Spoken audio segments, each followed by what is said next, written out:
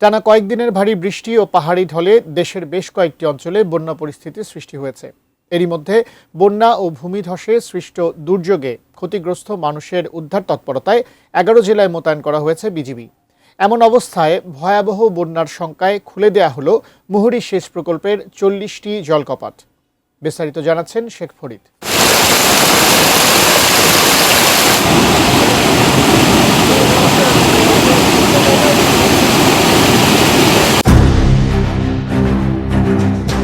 উজান থেকে নেমে আসা পাহাড়ি ঢল ও গত কয়েকদিনের অবিরাম বর্ষণে ফেনীর মুহুরী, কহুয়া ও শিলুনিয়া নদীর পানি দ্রুত বৃদ্ধি পেয়েছে।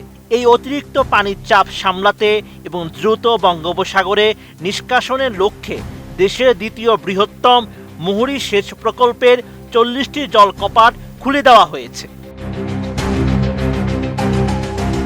পানি উন্নয়ন বোর্ড সূত্রে জানা যায়, বাংলাদেশের দক্ষিণ পূর্বাঞ্চলের অত্যন্ত গুরুত্বপূর্ণ এই স্থাপনাটি মূলত মুহুরী, কহুয়া ও শিলুনিয়া নদীর পানি নিষ্কাশনের একমাত্র পথ। ভারতের ত্রিপুরা রাজ্য থেকে নেমে আসা উজানের পানি সামলাতে এই প্রকল্প সবসময় গুরুত্বপূর্ণ ভূমিকা পালন করে। বর্তমানে প্রকল্পের 40টি গেটই সার্বক্ষণিক খোলা রেখে পানি নামানো হচ্ছে, যার ফলে ফেনী নদীর পানির স্তর এখন পর্যন্ত স্বাভাবিক অবস্থায় রয়েছে।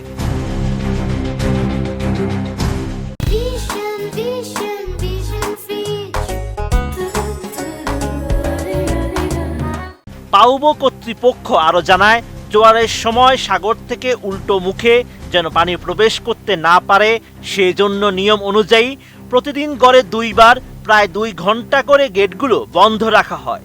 এবারও জোয়ারের সময় বাদে সারাদিনই গেটগুলো খোলা রেখে পানি নিষ্কাশন সচল রাখা হয়েছে।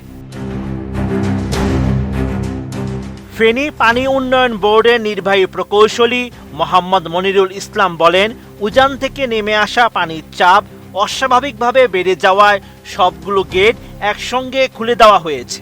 জোয়ারের সময় ছাড়া সারাদিনই পানি নামছে। সার্বিক পরিস্থিতি সার্বক্ষণিক পর্যবেক্ষণ করা হচ্ছে। পানি উন্নয়ন বোর্ড আরও জানায়, মুহুরী সেচ প্রকল্পের পাশাপাশি বন্যা নিয়ন্ত্রণ বাঁধের ঝুঁকিপূর্ণ স্থানগুলোতে নিবিড় নজরদারি চলছে। প্রয়োজনে জরুরি ভিত্তিতে জিও ব্যাগ ফেলে বাঁধ সুরক্ষার ব্যবস্থা নেওয়া হবে। এছাড়াও জেলা প্রশাসনও সম্ভাব্য বন্যা মোকাবেলায় প্রস্তুতি জোরদার করেছে। আশ্রয় কেন্দ্র প্রস্তুত রাখা, ত্রাণ সামগ্রী মজুদ এবং উদ্ধার কার্যক্রম পরিচালনার জন্য সংশ্লিষ্ট সব দপ্তরকে সতর্ক অবস্থায় রাখা হয়েছে। সংশ্লিষ্টদের আশা, উজানে বৃষ্টিপাত কমে এলে এবং পানি দ্রুত সাগরে নেমে গেলে ফেনীতে বড় ধরনের বন্যা পরিস্থিতি এড়ানো সম্ভব হবে।